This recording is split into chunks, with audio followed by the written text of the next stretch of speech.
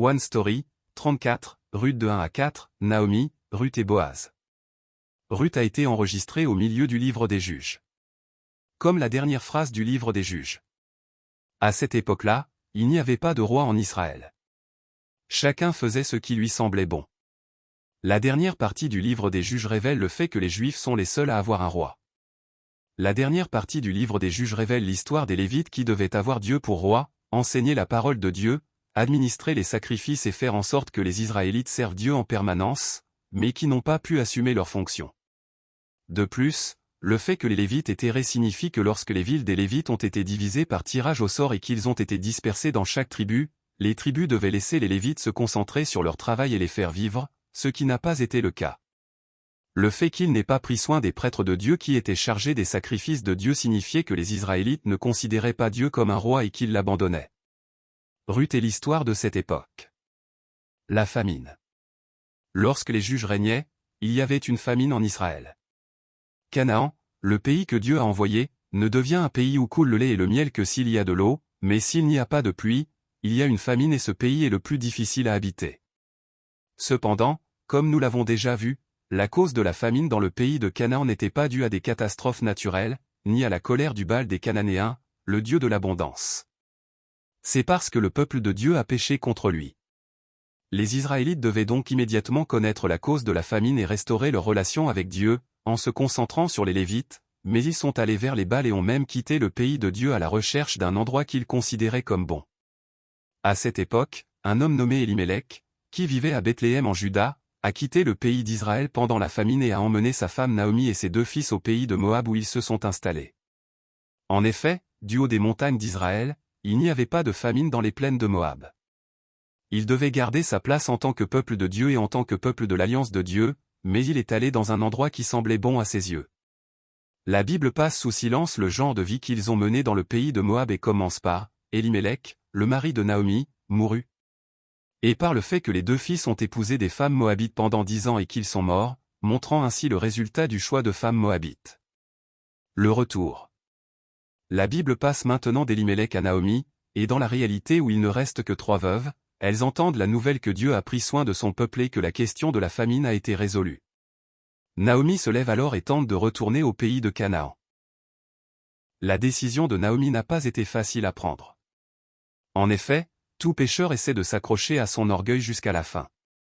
C'est pourquoi Abimélec, le fils de la concubine de Gédéon, a été frappé par le sommet d'une meule de moulin lancée par une femme, et son crâne a été fracassé et il est mort, mais il a quand même demandé au jeune homme qui tenait son arme de le tuer à cause de son orgueil, craignant que les autres ne disent. C'est une femme qui l'a tué. Lorsque Naomi a également quitté Canaan, elle a dû avoir sa fortune, des rêves de succès, et elle aurait dit que lorsqu'elle reviendrait, elle rentrerait chez elle dans la gloire. Mais maintenant, non seulement elle était ruinée, mais elle était aussi dans la situation la plus misérable, mais c'est une grâce et une bénédiction qu'elle ait essayé de rentrer sans mourir tranquillement dans le pays de Moab, même si elle devait mourir. La bénédiction de Dieu n'est pas une question de possession, mais une question de direction. Il y a des gens qui possèdent les biens de ce monde et qui vont quand même vers Dieu et marchent avec lui, et il y a des gens qui n'ont pas de biens de ce monde et qui tournent quand même le dos à Dieu et courent après les biens de ce monde jusqu'à la fin de leur vie. En outre, c'est une bénédiction de pouvoir revenir à Dieu après avoir suivi les choses mondaines et penser qu'elles étaient tout, puis avoir tout perdu, au lieu de ne faire que poursuivre les choses mondaines même lorsqu'on les possède. C'est une bénédiction que le 2e fils, qui a quitté son père et quitté la maison, soit retourné vers son père sans être confronté à la réalité de la misère comme Naomi. Le Dieu de ma mère sera mon Dieu. Naomi quitta Moab et se rendit en Canaan avec ses 2 belles-filles, qui étaient également veuves, et elle leur dit : Allez-y, retournez chacune dans la famille de votre mère. Que l'Éternel agisse avec bonté envers vous, comme vous l'avez fait envers ceux qui sont morts et envers moi. Que l'Éternel fasse trouver à chacune du repos dans la maison d'un mari. Dans un premier temps, les 2 belles-filles élevèrent la voix et dirent : Non, nous irons avec toi vers ton peuple. Mais finalement, comme le sorcier fou Balaam, Orpha, qui voulait être à Moab, retourne dans sa ville natale, Moab, et Ruth, qui avait le plan et la grâce de Dieu, suit Naomi. Ruth fait le vœu suivant à Naomi, qui la pousse à retourner avec Orpha, sa belle-sœur. Ruth répondit : Ne me pousse pas à te laisser, à repartir loin de toi. Où tu iras j'irai, où tu habiteras j'habiterai, ton peuple sera mon peuple et ton Dieu sera mon Dieu, où tu mourras je mourrai et j'y serai enterré. Que l'Éternel me traite avec la plus grande sévérité si autre chose que la mort me sépare de toi. Nous pouvons voir que Ruth avait la conscience et la foi dans le Dieu que Naomi croyait. Je suis Mara, pas Naomi. Lorsque Naomi revint avec sa belle-fille Ruth, qui était également veuve, les habitants de la ville qui reconnurent Naomi ses murs. Il y eut un beau spectacle. C'est alors que Naomi avoua. Ne m'appelez pas Naomi, appelez-moi Mara, car le Tout-Puissant m'a rempli d'amertume. J'étais dans l'abondance à mon départ et l'Éternel me ramène les mains vides. Pourquoi m'appelleriez-vous Naomi, après que l'Éternel s'est prononcé contre moi, après que le Tout-Puissant a provoqué mon malheur? Elles n'ont pas fait semblant. Elles ont reconnu et accepté que Dieu les ait troublées, qu'il les ait ramenées vides et qu'il les ait punies. Au lieu de blâmer Dieu et de lui lancer des flèches de plainte, ils ont admis que c'est lui qui est responsable de la vie, que c'est lui qui contrôle la vie, et que leur décision de quitter le pays de Dieu pour un pays qui semblait bon était un mauvais choix. C'est la même confession que lorsque Pierre a rencontré le Seigneur après son départ et qu'il a découvert ses défauts au retour du Seigneur et qu'il a dit : « Seigneur, éloigne-toi de moi, parce que je suis un homme pécheur. » Plus tard, Naomi parle de la grâce de Boaz à Ruth et se dit morte. Par hasard, il est arrivé dans le champ de Boaz, parent d'Élimélec. La vie de Naomi et de Ruth à Canaan Bethléem commence alors. Ruth se rend au champ pour ramasser du grain afin de prendre soin de sa belle-mère âgée, et cependant la période de la moisson. La Bible dit que le champ visité par Ruth appartenait par hasard à Boaz, un parent d'Élimélec, et que Boaz est venu par hasard dans le champ et a vu Ruth.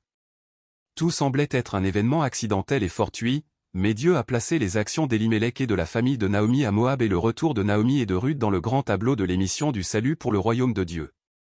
Ils ont vécu selon leur volonté, mais Dieu fait son œuvre à travers eux. Boaz, qui est venu dans le champ où Ruth travaillait et a entendu parler de sa réputation, lui a accordé une grande faveur. Premièrement, Boaz appelle Ruth, qui n'est pas seulement une étrangère, mais aussi une veuve, ma fille. Deuxièmement, Boaz dit à Ruth : ne va pas glaner dans un autre champ et ne t'éloigne pas d'ici. Reste ici avec les femmes qui travaillent pour moi. Troisièmement, il lui dit : j'ai dit aux hommes de ne pas porter la main sur toi. Quatrièmement, il dit : si tu as soif, va boire dans les jarres que les hommes ont remplis.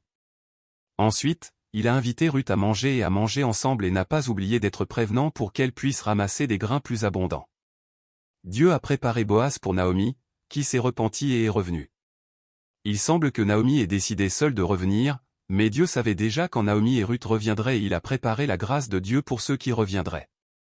Nous devons nous en souvenir. La bénédiction de Dieu n'était pas une question de possession, mais une question de direction.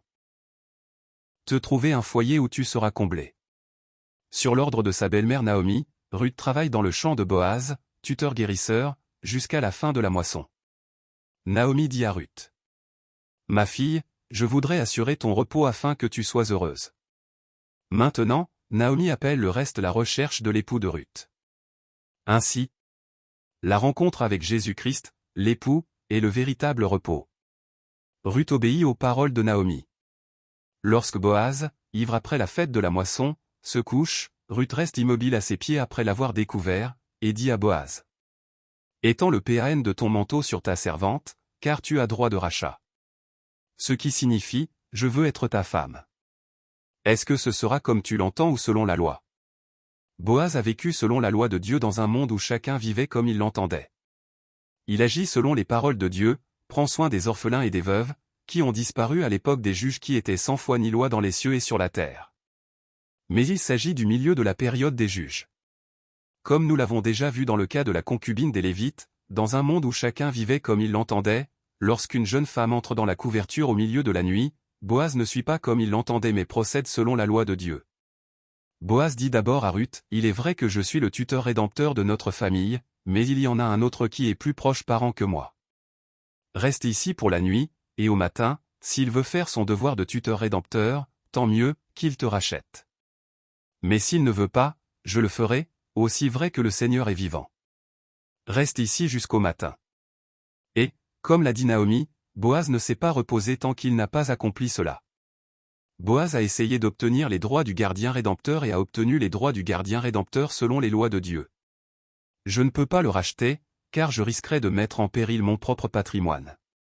Il y avait un tuteur gardien plus proche de Naomi que Boaz. Même si Ruth était une jeune femme, lorsqu'il s'agissait d'assumer la responsabilité d'une veuve païenne, cette personne disait « Je ne peux pas exercer ce droit de rachat pour mon compte, sinon je détruirai mon héritage. » Voilà ce qu'il en est, Satan et le monde tentent, mais n'en prennent jamais la responsabilité. La Bible dit à propos de Judas Iscariote qui a vendu Jésus, lorsque Judas, qui l'avait trahi, vit que Jésus était condamné, il fut pris de remords et rendit les 30 pièces d'argent aux chefs des prêtres et aux anciens. Il dit, « J'ai péché en faisant arrêter un innocent. » Ils répondirent, « En quoi cela nous concerne-t-il? C'est toi que cela regarde. » Ainsi, celui qui était légalement tenu d'assumer le rôle a dit, « Pour mes biens, mes dommages et pour moi. » Tel est le monde. Cependant, Boaz, qui incarne Jésus-Christ, sait que même s'il n'est pas le premier à assumer le rôle et qu'il connaît la destruction dont l'autre personne a parlé, il le fait selon la loi, et non selon la manière dont cela convient. Cependant, les personnes qui pensent à ce monde et appartiennent à ce monde ne peuvent pas échapper à leur propre moi. Obed, père d'Isaïe, et Isaïe, père de David. Boaz prend Ruth pour épouse et lui donne un fils. L'histoire de Ruth s'achève. La Bible ne dit rien sur le bonheur de Boaz et de Ruth, sur leur récolte et sur leur richesse. La Bible n'essaie pas de raconter cette histoire. La conclusion de Ruth n'est pas Boaz et Ruth vécurent heureux. Ce genre de conclusion relève d'un livre d'histoire mondain. L'idéal que poursuivent les gens du monde est, c'est pourquoi ils vécurent heureux. Cependant, la Bible se termine par c'est pourquoi le Messie Jésus-Christ a été vu à travers eux. Boaz épousa Ruth et donna naissance à Obed, Obed étant le père de Jessé, et Jessé étant l'ancêtre de Jésus-Christ, il donna naissance à David, un autre représentant de Jésus-Christ dans l'histoire de l'Ancien Testament. La Bible dit « Du reste, nous savons que tout contribue au bien de ceux qui aiment Dieu, de ceux qui sont appelés conformément à son plan. » Elle dit aussi « Ainsi donc, que vous mangiez, que vous buviez ou quoi que vous fassiez, faites tout pour la gloire de Dieu. » La raison pour laquelle nous vivons dans cette histoire est uniquement pour la gloire de Dieu, et c'est la vie de révélation de Jésus-Christ. Nous ne sommes pas ici pour jouir de ce monde. En outre, dans le processus d'accomplissement de cette œuvre, Dieu donnera le succès, l'échec, la victoire et la défaite, et accomplira sûrement sa volonté. L'histoire de l'accomplissement de la volonté de Dieu par son peuple, l'histoire de son royaume qui ne s'accomplira que par Jésus-Christ, se poursuivra après les juges pour rencontrer le prophète Samuel.